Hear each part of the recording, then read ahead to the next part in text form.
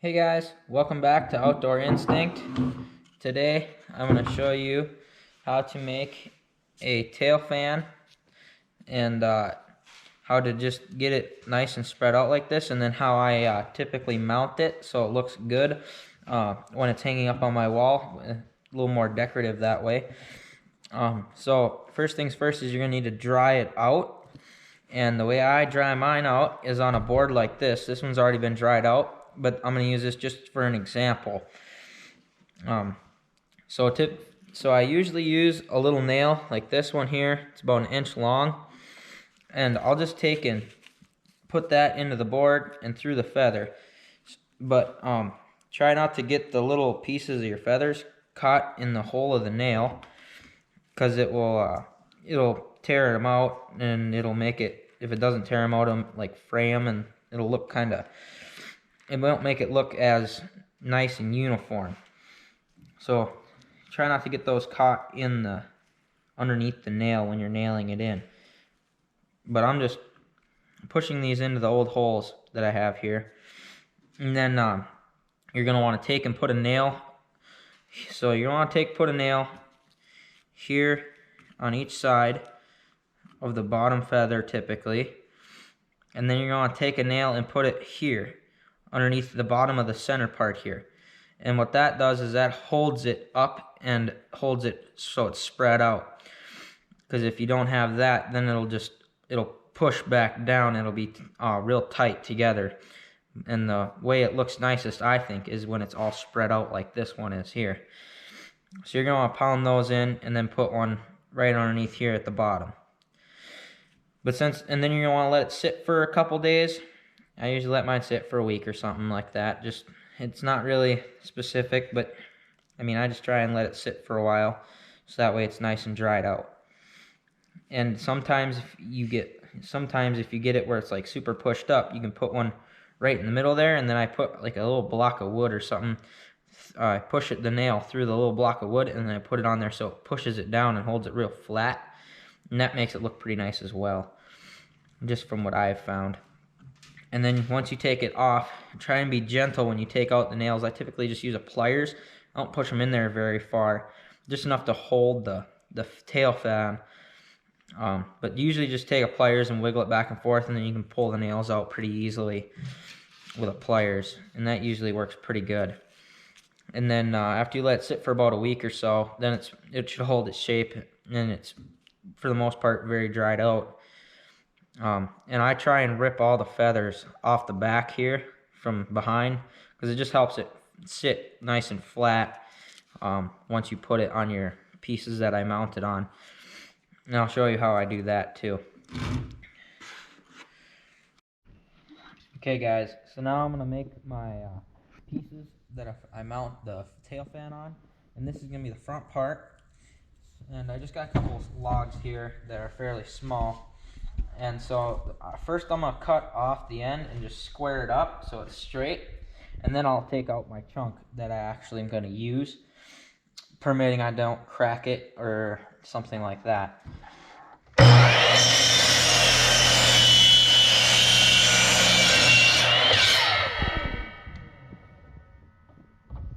So there's the first part that I squared up. Now you're going to want to cut about a 1/2 inch to 3/4 inch piece for your second.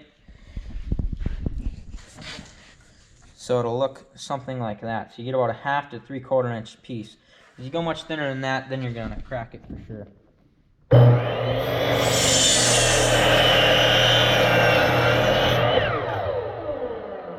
So then that's your front piece. Now you do the same with the back part. And for that I usually use a little bit bigger diameter log. And it's not real specific on what size you use. I just prefer a little bit bigger one for the back. It's all up to your personal preference.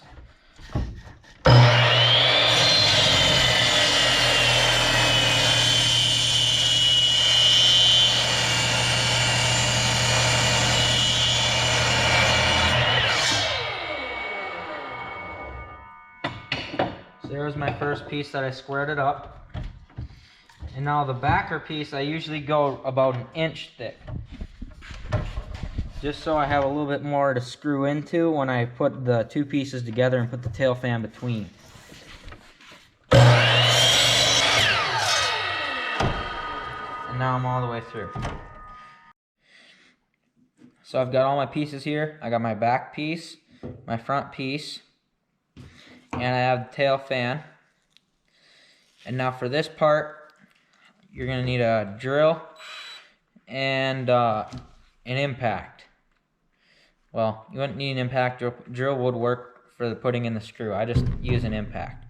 Now I'm using a 1/8 inch drill bit to drill my hole, because otherwise you'll crack this part when you put your screw in to hold it all together.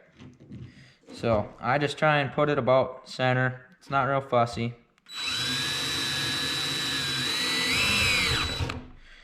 And then you just drill your hole. So then you have a spot for your screw to go and it doesn't crack out your piece. And now you can put like a varnish or something on these, but I don't, because they're going to be in a dry environment in the house. So then you're going to take your screw, and I like to start it a little bit through my piece. I'm just using a 1-inch star bit screw, and you could probably use a sheetrock screw. I just have star bit screws, so I'm going to use a star bit screw. And then I like to take and put it through the feathers, because I'll just stick a little through and then I'll stick it through the feathers. And then I'll put it so that way the bottom two pieces of the wood are about lined up. And I'll show you here in just a second, once I get this held together, what I mean here. So now those two pieces are at the same height, so you could just set it on a shelf or something like that. And that's about how it'll look once you get it tightened up.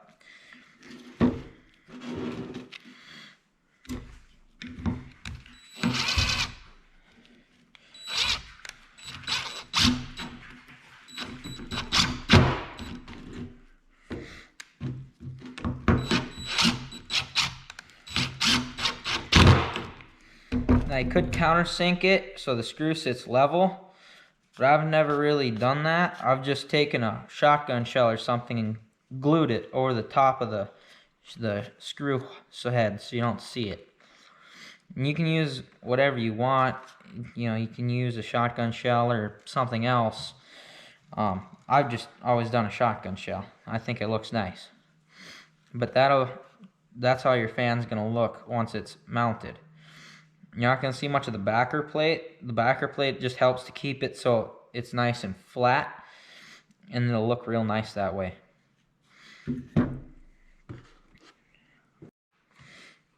Okay, so I just use a shotgun shell. It's not real particular on what you use. I just use a clay shell or whatever I have. I usually just have a couple laying around in the box of my truck or something. And then I usually use just Gorilla Super Glue. This is the gel. It's a little bit thicker. One thing to note when using the super glue is that it turns white. So you're not going to want to get it like spread around on this too much, because you'll see the white. You can also use hot glue. I've used that before. That works pretty good. But I just always use super glue because that's what I have. And it works pretty good. And one thing to note is that the rim sticks up higher, so putting it down here doesn't really do much unless you have a lot. So you want to try and get it on the little lip of the edge of the shotgun shell. And then you want to also get it like down here on this part, because that part will be touching as well. So I'll just take a little bit. Now be careful not to get it all over your fingers, or you'll glue yourself to your project. I'll just put a nice little bit right up there. And then I'll take and put a little bit back here as well. I just kind of do a little glob. And then I just set it on there. So that way it just sets there. I don't have to try and hold it. I'll just set it on there.